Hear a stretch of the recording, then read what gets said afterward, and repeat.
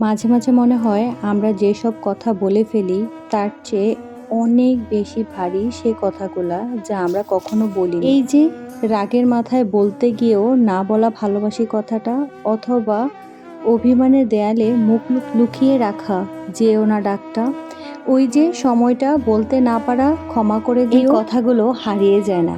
এরা আমাদের বুকের ভেতরে একটা পাথর হয়ে জমে থাকে, নিঃশব্দে আমাদের ভেতরটা ভারী হয়ে। আমরা হাসি, কথা বলি, ব্যস্ত থাকি, কিন্তু এই না বলা কথাগুলোর ওজন আমাদের অজান্তেই আমাদের কাঁধটাকে নাড়িয়ে দেয়। জীবনের সবচেয়ে বড় আফসোস হয়তো ভুল কথা বলে ফেলা নয়, ঠিক সময়ে ঠিক কথাগুলো বলতে না পারা।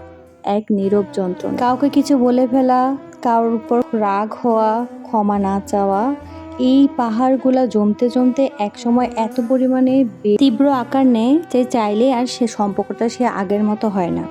সম্পর্কের দূরত্ব বাড়তে থাকে, তৈরি হতে থাকে অনেক বড় একটা পাহাড়, যেখানে চাইলে আর কারোর সাথে সে মন খুলে কথা বলা যায় না। হ্যালো সবাইকে, কেমন আছো সবাই? আশা করছি সবাই ভালো আছো। তোমাদের সাথে একটা ব্লগ ভিডিও শেয়ার করছি, যদিও বা এটা পয়লা বৈশাখের। দুই মেয়েকে নিয়ে বের হলাম শপিং করার জন্য পয়লা বৈশাখের। আর আমি যেহেতু ওদের কিছু কেনাকাটা সেরকম ভাবে করি না, তাই আমি ওদের মাপটা সেরকম বুঝিও না। মার্কেটে নিয়ে যাওয়ার পর আমি পুরো পাগলের মতো অবস্থা। বিশ্বাস করেন, মাথায় কোনো ডিস্টার্ব না থাকলে দুইটা বাচ্চা নিয়ে কখনো যাওয়া সম্ভব না।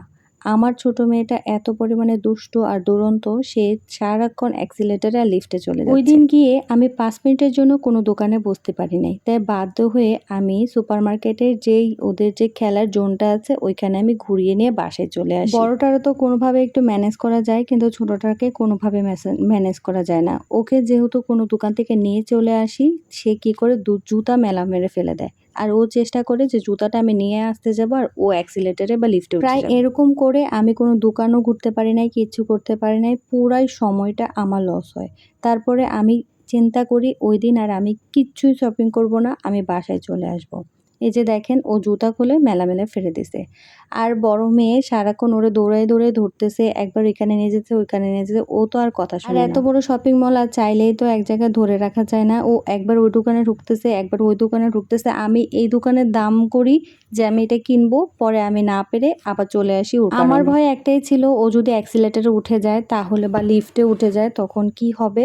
ও চাইলেই তো আর এখান থেকে নামতে পারবে না বা ঠিক মতো চলতেও পারবে না। একবার তো কি করছে, আমরা যখন অ্যাক্সিলেটারে উঠে যাই, ওর দোকান থেকে বের হয়ে ও কি করছে, ও জুতাটা মেলা মেরে ফেলে দেয়। ও ওই দোকানেই থাকবে, আর ও কিছু দেখছে ওইটা কিনে দেওয়ার জন্য। তারপর আমি তাকিয়ে দেখি ও জুতাটা নাই। পরে আমি অনেকটা মার্কেট ঘোরার পর তারপর ও জুতাটা পেয়েছি। ওই দিন প্রায় আমি পুরো পাগল মতো অবস্থা, তাই আর না পেরে আমি আর কিছু নাই কিনে তারপর আমি বাসায় চলে আসি, শুধু টুকটাক কিছু শপিং করে ওদেরকে সময় দিয়ে। আর যেহেতু মার্কেট খুব তাড়াতাড়ি বন্ধ হয়ে যায়, তাই আমি চেষ্টা করছি অল্পর মধ্যে ওদেরকে ঘুরিয়ে নিয়ে আসার জন্য। আর আমি মার্কেট করতে করতেই কিন্তু শপিং মল বন্ধ হয়ে যায়। আমরা মার্কেটে থাকতে থাকতেই মার্কেট বন্ধ হয়ে যায়, লাইট টাইট, তারপরও আমরা এভাবে করে চলে আসি তাড়াতাড়ি করে। আর এই পুরোনো ভিডিওটা আপনাদের সাথে শেয়ার করলাম।